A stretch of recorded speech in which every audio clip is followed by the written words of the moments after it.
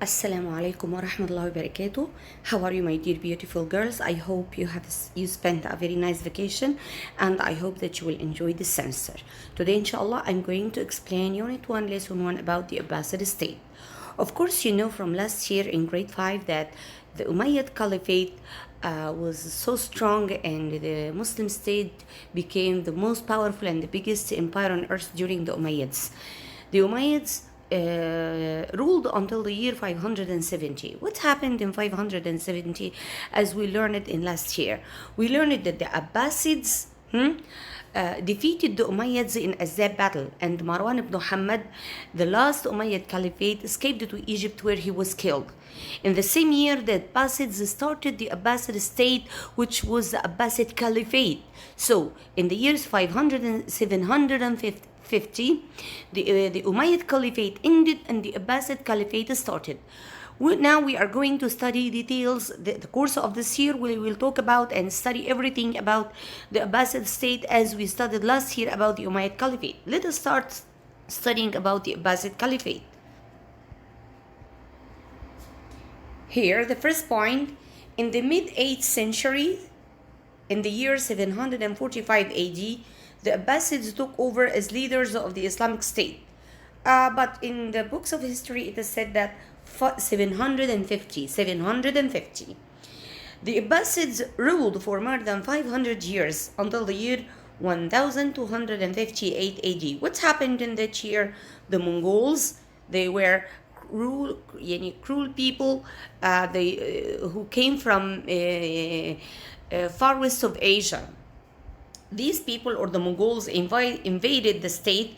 Invaded the Abbasid state and sacked. What's the meaning of sack? Destroyed and stole everything from the valuable. Again, sacked means destroyed and stole everything of value during a war. This is the meaning of sacked. What did they sack, or what did they destroy or steal? They stole and destroyed the capital city of Baghdad. Does this mean that the Umayyad Caliphate, its capital was Damascus in Syria, but the Abbasid Caliphate, their capital city was Baghdad in Iraq? Again, Baghdad in Iraq was the capital city of the Abbasid state. So the Abbasid state started in the year 750 and ended in the year 1258. It means that they ruled more than 500 years. They only came to an end when the Mongols invaded the state and destroyed the capital city of Baghdad and destroyed everything there. Okay, what happened during the 500 years of the Abbasid rule? During these 500 years, especially during the first 200 years, the Islamic civilization experienced a golden age. Oh my God. So the Islamic civilization and the Muslims lived the golden age during the first 200 years of the Abbasid state? Yes. Let us see more about this. What's the meaning of golden age here? It's a time of peaceful development and great achievements. Yes. So the Islamic civilization experienced a great golden age, and the advances were in mathematics, science, arts, and architecture. All these fields witnessed great achievements, and that age was called as the golden age of the Islamic civilization.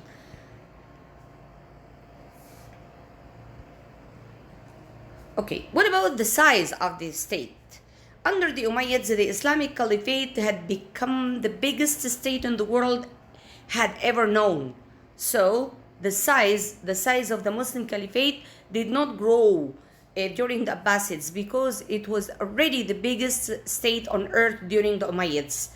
The Abbasid rulers or leaders or caliphs were more powerful in southern Iraq, Iran, and Khorasan. Khorasan is a place in Southwest Asia than in North Africa. So they were powerful in Iraq, Iran, and Khorasan. They were more powerful in Asia than in North Africa and the Mediterranean areas. The Abbasids built the city of Baghdad and chose it as their capital. They also used Samarra and Raqqa as capital cities during some periods. So what was the capital city of the Abbasids? Baghdad. Was it the only capital city during the 500 years? No. Two other cities were chosen in some periods to be capitals, Samira and Raqqa. Samira and Raqqa. So we have Baghdad, Samira and Raqqa. They were capitals for the Abbasid Caliphate during the 500 years. Look here at this map. This map shows us how big was the Muslim state at the time of the Abbasids. Here, this one, I'm trying to fix the screen a little. This is, can you see the dark brown color? Most of Asia, the Arabian Peninsula, north of Africa, and Spain and Portugal in Europe, or in, we call these North Africa and Mediterranean areas. But here are the territories or the parts of the Abbasid Caliphate in Asia. This picture shows the Islamic Caliphate in the year 750. The new rulers, or the new leaders, or we mean here the Muslim Abbasid caliphs, developed stronger. What did they do? Their achievements. They developed stronger trade routes and the trading agreements with many other states in the world. So they cared for trade routes and the trade agreements with other states in the world. What else? They exported goods such as glass, silk, and ceramics, and business flourished. Oh my God, the business trade and the traders at that time, their business was more than excellent at that time. They cared for trade. Also, the Abbasids also stressed the value of knowledge. They cared for knowledge, information, learning. They focused more on developing science and culture than on expanding Islamic State. So the Muslim state was already big. It was already the biggest one on earth at that time. So they did not care for expanding the Islamic State to and spreading Islam in further than that. But they focused more in the development of science and culture. They cared for the Islamic civilization to make it developed, to make it the best one, to make it living a golden age. Let us see what they did for that. They played an important role in preserving ideas from the ancient world. What's the meaning of that? Of course, in last year we studied what's happened in other parts of the world, what happened in China, and how the Chinese invented gunpowder and painting, how the Indians lived. These people, or the people who lived in the other civilizations in China, India, and in other places of the world, reached some extent of knowledge. So the Abbasids started to keep and preserve their ideas, or what they reached of knowledge. What they did, they collected books about mathematics, philosophy, and science from all over the world, and then translated these into Arabic. So they helped the Arab people, or the people in the Muslim Caliphate, to know and study about the ideas and the achievements in the other civilizations by translating these books into Arabic, to make it easier for the Arab people to study them and know them. Also, these works were used as a basis for further studies. So the Arabs, or the Muslims, started to study the achievements of the other civilizations, especially in India and China, and then they started to make further studies.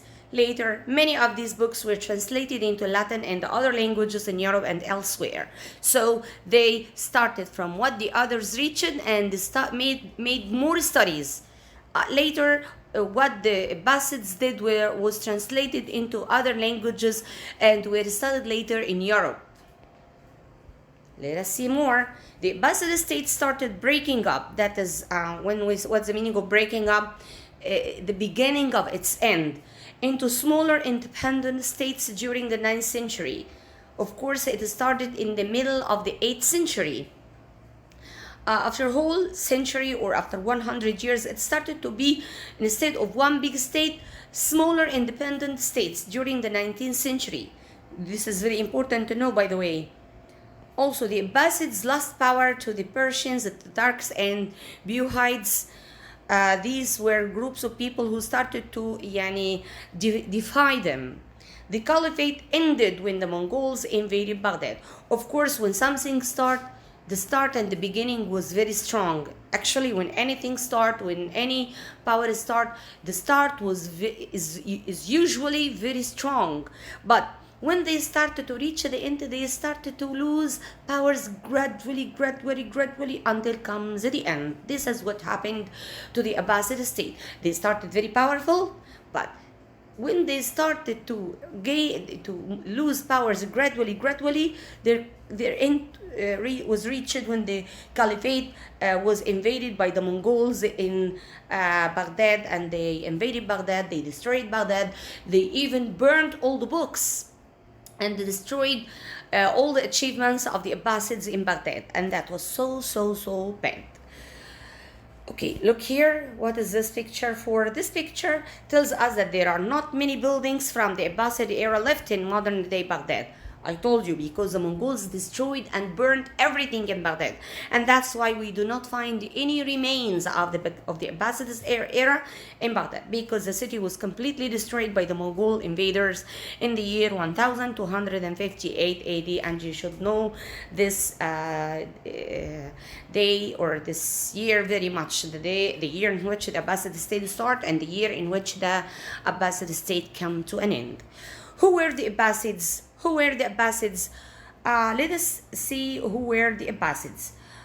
From the name Abbasids, their name came from the name of Al-Abbas. So they took their name from the name Al-Abbas. Al-Abbas was the uncle of Prophet Muhammad. The Abbasids were directly descended from the youngest uncle of the Prophet Muhammad sallallahu alaihi wasallam. If you look at the family tree in the next slide, you will see that the Abbasids were directly descended from the youngest uncle of the Prophet Muhammad sallallahu alaihi wasallam. He was called Al-Abbas ibn Abdul Muttalib. Again, of course, you know that the Prophet's grandfather was called Abdul Muttalib. Abdul Muttalib, he had a lot of sons. Abdullah was the father of Prophet Muhammad.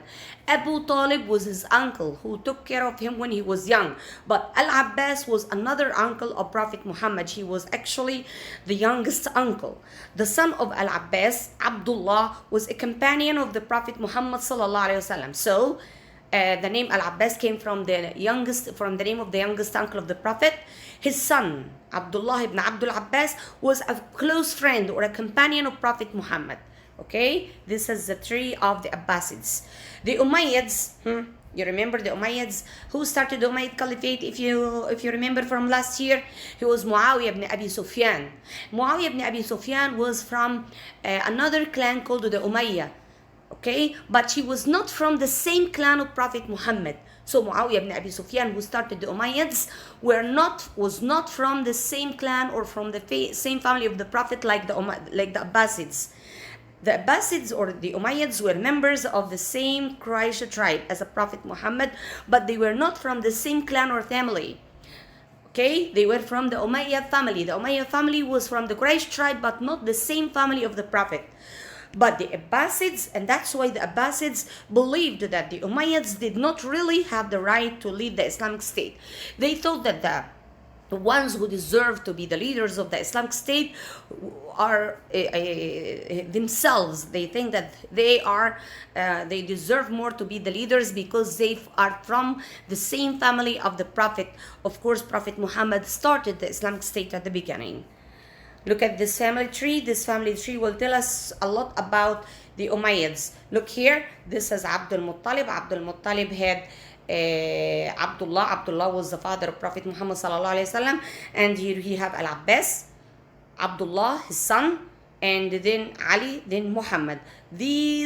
The branch here is Al-Abbas is the brother of Abdullah, and Abdullah is the father of Prophet Muhammad. So the green highlighter or the green light refers to the Abbasid caliphs, the Abbasid caliphs who started the Abbasid Caliphate. So they thought that the Umayyads do not deserve to be the leaders, do not deserve to be the caliphs because they are not from the same family of Prophet Muhammad.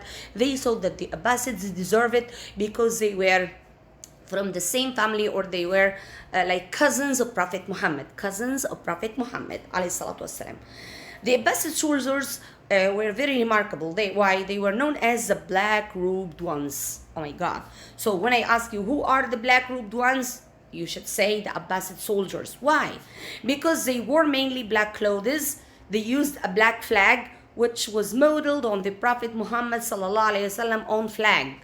Of course, you know the flag of Prophet Muhammad. The flag of Prophet Muhammad was black, was white writing La ilaha illallah Muhammad Rasulullah. So their flag, or the flag of the Abbasids, was modeled on the Prophet's flag, and they wore black clothes, and that's why they were called the black-robed ones. This is about the why they thought that they deserve to be the caliphs, and how did their soldiers look like. Let us talk about the Abbasid revolt. This is the start of the Abbasids, how they started to revolt, or to be against the Umayyads until they could destroy them and started their own Abbasid caliphate. The Abbasid did not challenge the Umayyad immediately, because the Umayyad caliphs were very strong and the Abbasids could not defy them at the beginning. What happened? Ali, the son of Abdullah, was closely watched by the Umayyad, and eventually he sent to exile. What's the meaning of exile? He was forced to live outside his home country, usually for political reasons. They started to send him away from the caliphate. Why? Because they suspected that he might rebel against them. Again, when there is someone, but this happened in the past when it was difficult to travel from one country to another, when there were no social media like today. When someone is suspected to be dangerous, he was sent to live away from his home country, in a very far away place, a place in which he will be so far away, could not contact the people in his country or do any harm for his country. But Muhammad ibn Ali, who began the campaign for the Abbasids to take over power. So when Ali was sent away, his son Muhammad started to complete his job.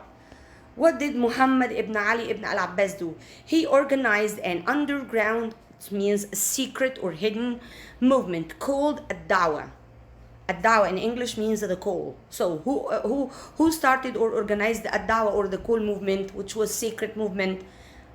Muhammad ibn Ali. Later on, Abu Muslim al-Khurasani, another one, became an important figure in this organization. Which organization? The movement of al-Dawah, or the movement of the call. It was a hidden or a secret movement against the Umayyads. It was started by Muhammad ibn Ali ibn al-Abbas. Later, the organization got support from some people living in Khurasan. Why?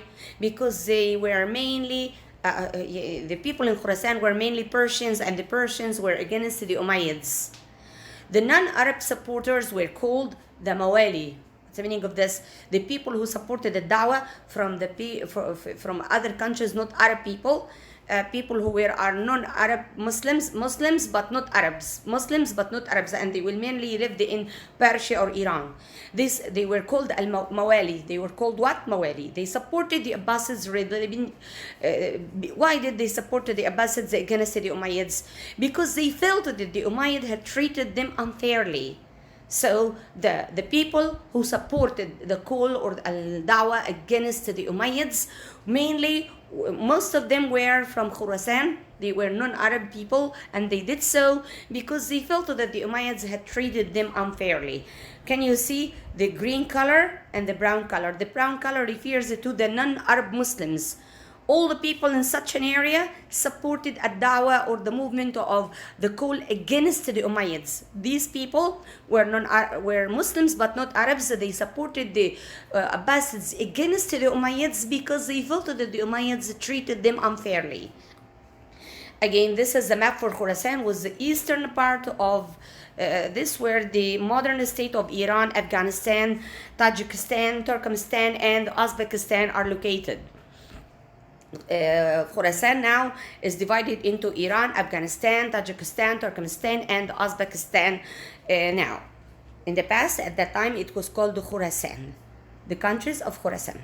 When Muhammad died, who started the call or ad-Dawah, or the secret movement against the Umayyads, his son Ibrahim took over the leadership of ad-Dawah, and the organization became more active. So every day they gain more powers and they start to be more powerful. The Umayyads dragged Ibrahim down and put him into prison. When the Umayyads fell to that, the leader of the dawah was put into prison. Ibrahim's older brother Abdullah, then his older brother Abdullah took over as a leader of the rebellions. He became the leader because his brother was put into the prison. Abdullah was to become the first Abbasid Caliph, also known as Abdul Abbas As-Saffah. He was titled this name. So Abdullah was to become the first Abbasid Caliph. But when I say was to become, it means that it was supposed for him to be the first Caliph, but he did not become the first Caliph. Also, he was titled Abul Abbas As-Saffah. Abul Abbas As-Saffah. Maybe for some reason. The revolt started when Ad-Dawah publicly raised their black flags in Khorasan. So Ad-Dawah started, or the whole that movement started to be not secret in Khorasan. Then the revolt began in Kufa as well. So they started to be against the Umayyads openly and not secretly anymore in Khorasan. Then Al-Kufa in Iraq. Abu Muslim al-Khurasani and Abu al-Abbas led forces into Iraq, where they defeated the Umayyad army of Marwan II at the Battle of Zab in 750 AD. So this is the Battle of Azab. It was called Azab because it took place near Azab River at that time in the year 750 AD. After that, the forces went into Damascus and ended the Umayyad control of the Islamic State completely. That is a picture of Azab battle, the place of Azab battle near the river Azab. Now it's question time. You can ask yourself these questions and check your understanding. Here we have multiple choice questions about what we have discussed. Now here we have 1, 2, 3, 4, 5, and 6. We have 6 questions, and I hope that you understand the lesson. Actually, the lesson is very long. It would take a lot of time. You can listen to this video more and more and more. Also, during the VR classes, we are going to explain more and help you understand this lesson. At the end, I am going to make a worksheet with the main points to help you study it. But first of all, I want you to watch the video and read the lesson as a story. You understand? To know the events, what happened at the beginning, what happened in the middle, what happened at the end. Watch and read the lesson as a story before we decide what to study. Do not worry about what to study, or do not worry about the questions in the quiz or the questions in the final exam. I want you to read the lesson and understand it as a story, beginning, middle, and end. Thank you for being with me. I hope you understand the lesson. Goodbye till we meet again, my dear beautiful girls.